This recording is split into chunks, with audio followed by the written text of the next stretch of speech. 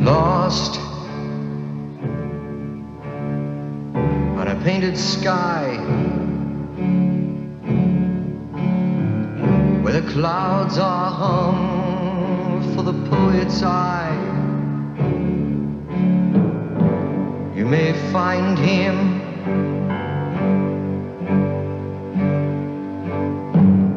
if you may find him there on a distant shore by the wings of dreams through an open door. You may know him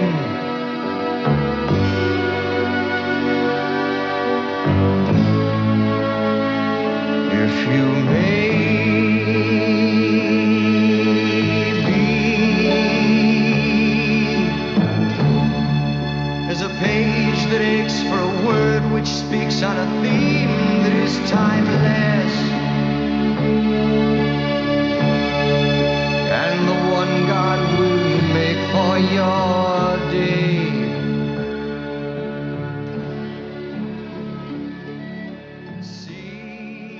Anne Griot-Brandt, donc j'habite Peumrit depuis bientôt 14 ans, au milieu de la campagne, des ruines, des arbres. Et je ne suis pas originaire de Bretagne, je viens initialement, je suis née dans l'Oise, dans un petit village en forêt de Compiègne. Bon, après, plus tard, j'ai été un petit peu partout. Je dois dire que je suis née en octobre 41, donc en pleine guerre. Et ça m'amène à dire quelque chose qui me ramènera aux Gilets jaunes après. C'est que je pense depuis longtemps qu'on est profondément marqué par l'histoire et l'histoire du moment où on est venu au monde et la géographie des lieux où on a vécu, où on a passé l'enfance. Enfin, ça, c'est une idée un peu obsessionnelle. Que dire? J'ai eu une belle enfance. C'était simple, c'était chaleureux, le village était occupé par les Allemands, mais je n'ai pas eu à me... Je n'ai pas de mauvais souvenirs. C'était une période pacifique, entre guillemets, par rapport à ce qui se passait dans le monde. Par la suite, bon, j'ai dû aller en internat faire ma scolarité parce qu'à l'époque, il n'y avait pas de ramassage scolaire. Et puis voilà, je suis allée faire une formation plus tard, quand j'ai eu 17 ans, à Paris, dans une école de... Je trouve ça très joli cette expression, jardinière d'enfants. Et puis, j'ai travaillé dans différents établissements. Enfin, j'ai eu un parcours quand même un peu, je vais dire hors norme, parce que j'étais là, et puis là, et puis là, et puis là. Et puis... J'ai changé, c'était possible à l'époque de changer de lieu de travail, de donner sa démission, de repartir. Quand j'y repense, c'était fantastique. Alors ça m'a été reproché plus tard, on m'a dit que oui, j'étais pas stable. Mais après coup, et c'est avéré que si, on a constaté que c'était pas une affaire de stabilité et que ces différentes expériences, elles étaient très enrichissantes, quoi. Je dois dire que j'aime les gens, en règle générale. Oui, j'aime les gens. Je ne vais pas dire que j'aime tout le monde, parce qu'il peut arriver que si on est injuste, si on est... Là, je rejoins un petit peu la position des Gilets jaunes. Si on me prête de vilaines intentions, si on... comment dire? Si on ne me considère pas pour ce que je suis, hein, je ne demande pas le Pérou, je peux devenir rebelle, et c'est ce que j'ai fait. Je peux refuser.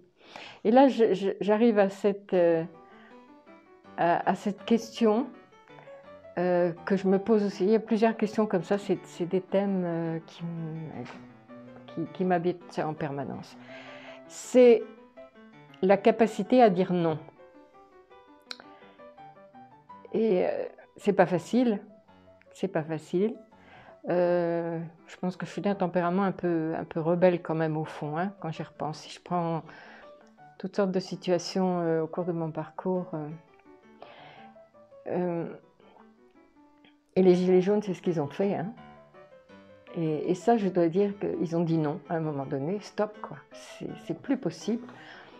Et ça, c'est une question qui se pose. Enfin, que je me remets en question en disant ça parce que je me suis posé cette question-là à titre personnel, mais je sais que c'est une question qui est intéressante à titre collectif. Pourquoi est-ce qu'on fait des choses, on supporte des choses qui, au fond, ne correspondent pas à nos tripes, quoi, à ce qu'on aurait envie d'être, à ce qu'on aurait envie de faire. On se laisse engluer comme ça et on n'arrive pas à en sortir. Et je dois dire que ça fait des années que je suis l'actualité, je regarde la télévision encore, je ne regarde pas n'importe quoi, mais... Et qu'au début du mouvement, j'ai été, ça m'a, comme beaucoup de gens, ça m'a profondément touchée. Mais vraiment, c'était émouvant de voir par exemple les gens sur ces ronds-points. Ça m'a fait penser, il y avait un côté de l'enfance aussi, installé comme ça, une cabane à ramener, des canapés. Ils ne faisaient pas la dinette parce qu'ils se nourrissaient, il faisait froid, il fallait bien qu'ils se nourrissent, mais il y avait un côté comme ça de l'enfance, quoi. On se retrouve, on est bien ensemble et ça m'a infiniment touchée. Et en allant à Pont-l'Abbé un jour, et je dois dire que là, les remerciements, on les fait enfin, mais il y a deux personnes là qui m'ont...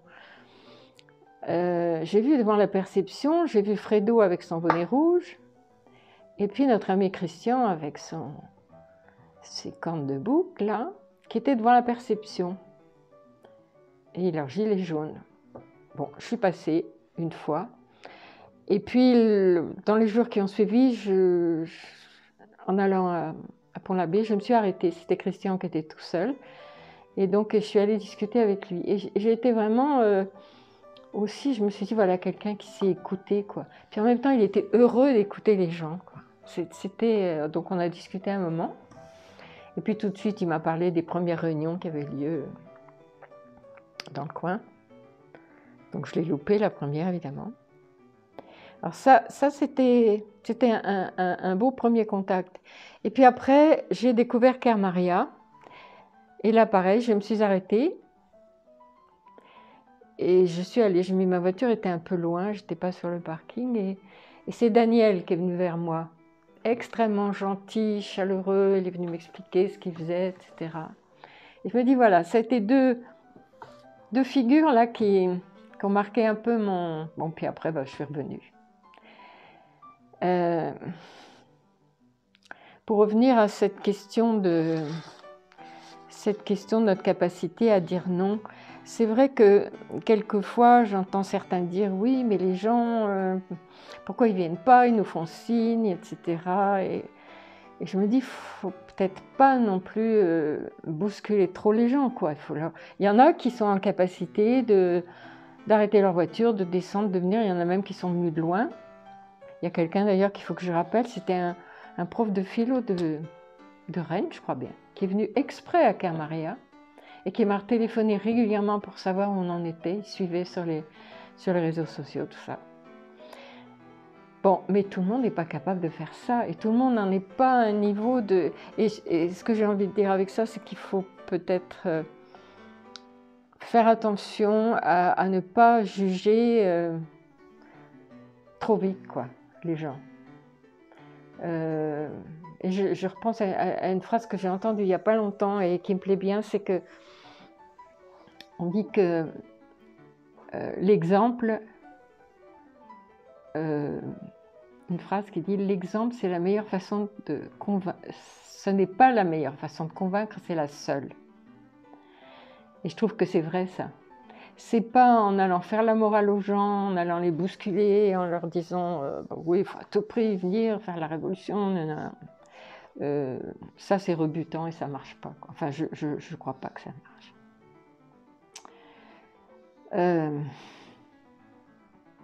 J'ai plein de choses à dire, quoi. C'est pas évident, hein. Alors, quand j'ai commencé à travailler, j'étais donc jardinière d'enfants. C'est une profession, enfin, c'est une formation de grande qualité et qui venait d'Allemagne.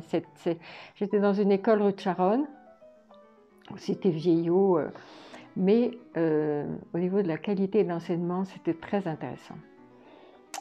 Et après, quand j'ai eu mon diplôme, bon, il y avait deux ans. En fait, j'étais jeune quand je suis rentrée là, j'avais à peine 17 ans, et comme j'étais trop jeune, en quelque sorte, on nous a fait passer, on était plusieurs comme ça, on nous a fait passer le brevet élémentaire, c'était la dernière année. Mais en fin de compte, c'était un examen de base qui n'avait pas le niveau du bac, mais qui était quand même, c'était une bonne base, on va dire. Et donc après, quand j'ai eu le diplôme de jardinière d'enfants, j'ai cherché du travail et j'ai trouvé un boulot dans une petite école privée de la place des Vosges, où je suis restée plusieurs années. Alors là, quand j'y repense, je m'en veux d'être restée là, parce que la directrice, c'était une femme qui n'avait aucune formation. C'était dans un appartement de la place des Vosges, c'était des endroits magnifiques, quoi. Où elle avait installé, c'était son appart à l'école. Mais au niveau de l'enseignement avec les enfants, c'était une école primaire. C'était vraiment nul, quoi. C'était vraiment nul, quoi. Je repensais hier soir à une anecdote. Elle faisait apprendre aux enfants du cours préparatoire des résumés d'histoire et de géographie par cœur. Et alors un jour, il y a une maman qui me dit, vous savez, il n'y a pas longtemps, je disais à mon fils, je ne sais pas, il devait avoir 5-6 ans, je lui disais, écoute, ne cours pas comme ça dans l'appartement, tu vas déranger les voisins. Et le gamin lui répond, je fais du gallo-romain. Ils apprenaient des trucs, ils ne comprenaient rien. Mais tu vois, c'était vraiment, c'était nul, quoi. Bon, bref. Mais là, pareil, pourquoi je suis restée? Je suis restée quand même plusieurs années, quoi. J'étais un peu bloquée comme ça dans des... Bon, après, j'en ai eu assez, je suis partie. Alors là, il faudrait que j'ai mon curriculum vitae parce que je suis partie, je n'ai même pas regardé, je ne sais plus où je suis allée après. J'ai dû aller travailler une année à Niort, dans une école libre. Bon, là, c'était correct. Et puis là, après, je suis partie encore. C'est-à-dire que j'ai fait des voyages entre deux. Je suis partie à l'étranger. Après, je suis partie en Allemagne, parce que oui, j'ai oublié de dire, je suis d'une famille franco-germanique. Le frère de ma mère avait une épouse allemande avec des enfants qui sont pour moi comme des frères et sœurs. Et mon mari, je n'ai pas dit, mais je suis veuve et mon mari était allemand. Donc à un moment donné, je suis partie en Allemagne où c'est pareil, c'était avant 68, oui. J'ai travaillé dans des maisons d'enfants. En fait, ça a été la période où c'était un peu, on appelait ça les Kinderladen, les magasins d'enfants. Ça a été la période où des parents avaient décidé de se regrouper pour s'occuper de leurs enfants et faire l'école à tour de rôle. Enfin, c'était un peu chaotique quand même, mais bon, c'était juste avant 68, quoi. C'était pas inintéressant. Et en 68, je me trouvais en Allemagne, à Pâques, et je fréquentais des étudiants. J'étais à Hambourg et j'avais un ami là-bas, et je fréquentais des étudiants où je sentais que ça bougeait. Mais moi, j'étais à l'écart parce que j'étais française, je n'étais pas étudiante avec eux, etc. Mais je sentais que ça montait, quoi. Et j'ai quitté Hambourg. Il y a eu à Berlin bon, il n'est pas mort, mais cet étudiant, Rudi Dutschke, qui était un leader étudiant et qui a été blessé très gravement. Et alors là, ça a explosé, quoi, parce que ça a été une manifestation étudiante, la police a tiré, etc. Et moi, j'ai quitté Hambourg. Je me souviens, je suis allée prendre le train et à la gare, c'était très impressionnant parce que tous les magasins étaient fermés.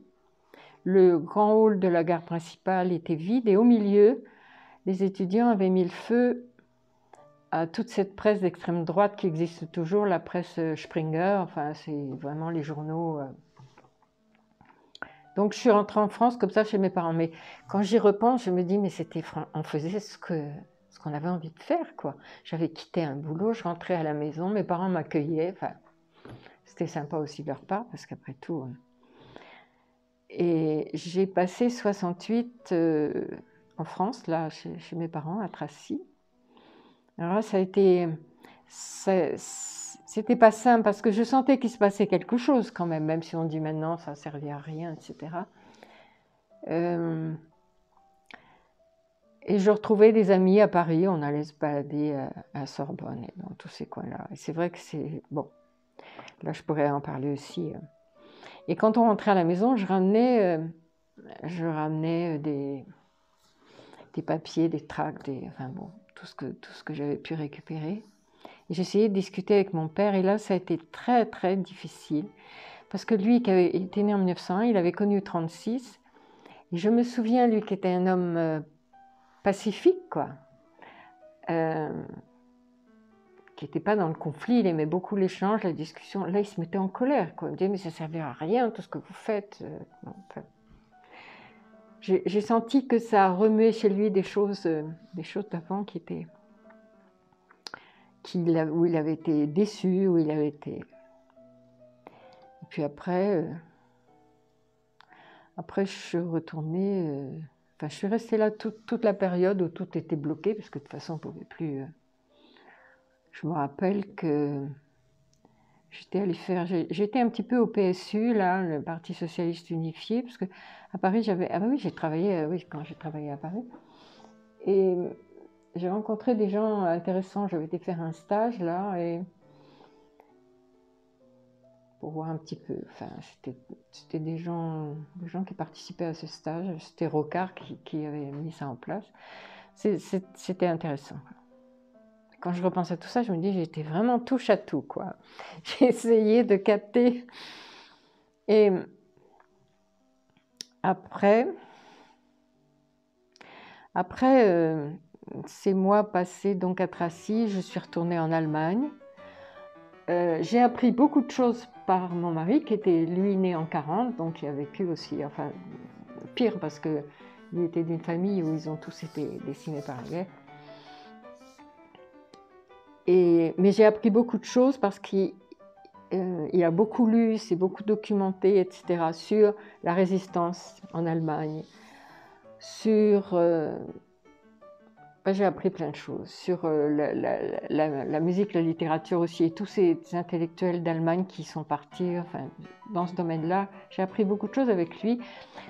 Quand je dis ça, ce n'est pas pour excuser quoi que ce soit, mais c'est juste que je crois fort que quand on veut comprendre des situations comme celle-là, il faut vraiment essayer d'avoir le plus d'informations possible. Enfin, c'est un peu mon point de vue. Hein. Voilà, bon, et puis bon, après ça, si je parlais au niveau professionnel, on a vécu, je l'ai rencontré en Allemagne, on a vécu quelques années en Allemagne. Et puis notre fils est né en 72. Et là, je me suis dit, parce que c'était quand même un peu la bohème, et je me suis dit, moi j'ai un métier, il faut que... Parce que lui, il avait commencé des études dans un domaine, dans un autre. Enfin, c'était les restes de 68, ça. Et je me suis dit, il faut qu'on rentre en France parce qu'après, quand il y a des enfants, on ne peut plus se permettre de... Voilà. Et après, alors j'ai travaillé à la fin de ma carrière, jusqu'à 60 ans, j'ai travaillé dans des foyers de l'enfance. Je ne sais pas si tu connais, enfin, les foyers de l'enfance, c'est des lieux où on accueille des enfants qui, pour toutes sortes de raisons, ne peuvent plus être dans leur milieu familial, ou enfin bon, des cas très très lourds, quoi. Avec des petits aussi, oui.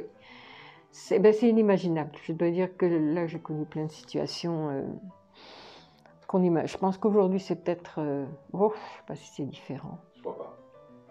C'est vraiment très difficile. Je dois dire qu'il y a eu des moments où tout le monde était en arrêt maladie parce que c'était pas possible. Et puis, j'ai travaillé aussi en crèche avec des tout petits. Ça, c'était très intéressant aussi. Et puis après, j'ai eu un problème de dos, comme beaucoup de gens qui travaillent avec les enfants. Et j'ai terminé en service social où bah, j'ai eu affaire à, voilà, à des adultes, à des enfants, enfin, voilà. Et je suis en retraite depuis bientôt 20 ans, quoi.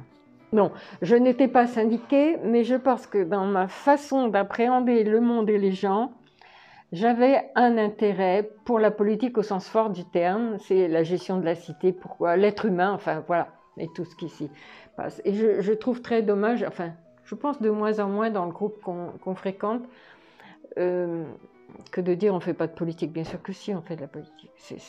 La politique, c'est le quotidien, c'est tout, quoi. Donc, quand on s'occupe des problèmes de la distribution de l'eau, quand on dénonce des injustices au niveau social, tout ça c'est de la politique, quoi. Donc je pense qu'il ne faut pas mélanger l'appartenance à des partis et l'appréhension, en fait, au monde dans lequel on est.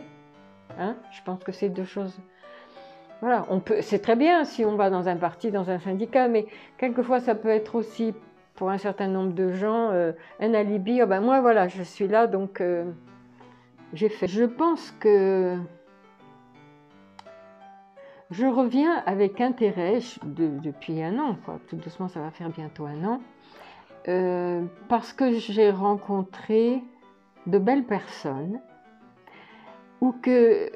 et que, alors bien sûr, on ne sympathise pas de la même façon avec tout le monde, mais et puis pour moi, une chose importante, c'est que, bah, comme tu constates, je ne suis pas toute jeune, et que là, j'ai eu affaire à des gens plus âgés, à des jeunes, et que tout le monde, jusqu'à présent, tous ceux avec qui j'ai essayé d'échanger, de discuter, bah c'est peut-être avec les jeunes enfin avec les plus jeunes que j'ai l'impression d'avoir plus une écoute.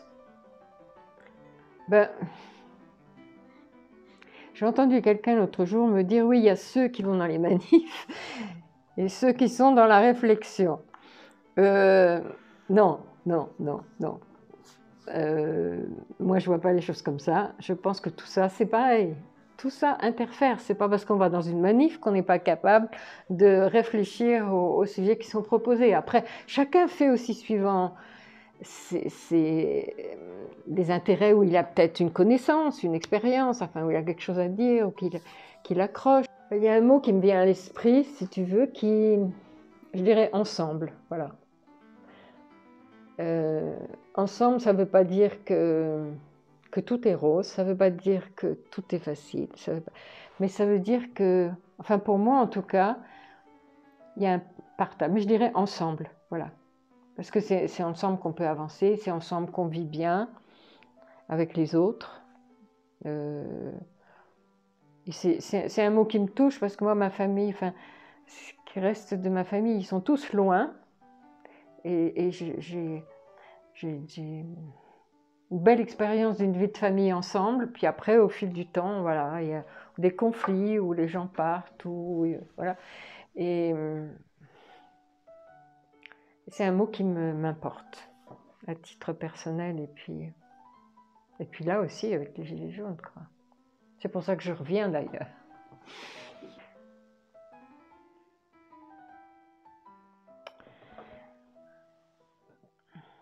Ben, j'espère, sans être...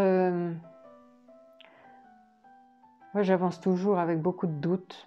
J'ai l'impression par moments d'être... comment dire? D'être très lucide quant à la vanité des choses. Ce qui fait que... Ben, quelquefois, je vais entreprendre et puis je me dis, mais non, voilà, ça ne sert à rien, etc. Donc, je lutte contre ça quand même, parce que je sais que ça peut servir à quelque chose qu'on fait. Ben, moi, je dirais, ce que j'espère vraiment, c'est que quand je vois, pendant le week-end, j'ai écouté un peu la télévision, ou hier, et quand je vois ce qui se passe partout dans le monde, moi, je pense qu'il y a là un immense réveil, alors qui se fait dans la douleur pour beaucoup, et dans l'injustice, parce qu'il y a les répressions dans un certain nombre de pays, enfin. Mais je pense que ça, c'est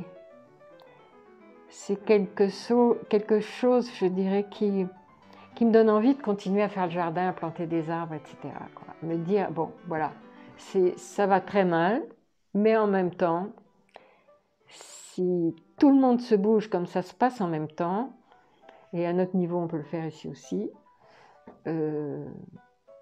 espérons, quoi.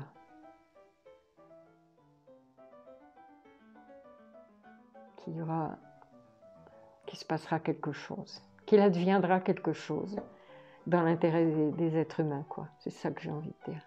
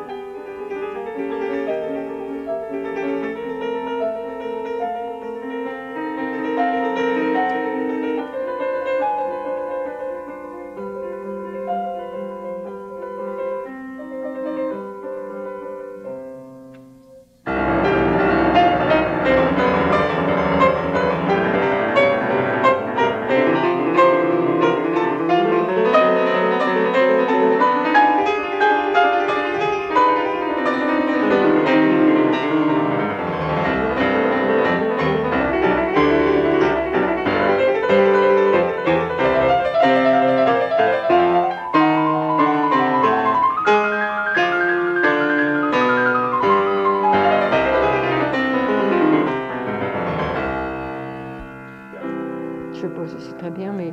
Pour moi, c'est bon. Ça a été? Oui, oui, oui. J'ai l'impression que je gesticule beaucoup. C'est-à-dire? Non, je sais pas. Ah ouais, mais ça se voit pas parce qu'en fait, Oui. toi, je te prends par là. D'accord. On voit pas tes... Non, mais C'est moi qui parlais. j'aime bien... j'aime bien parler...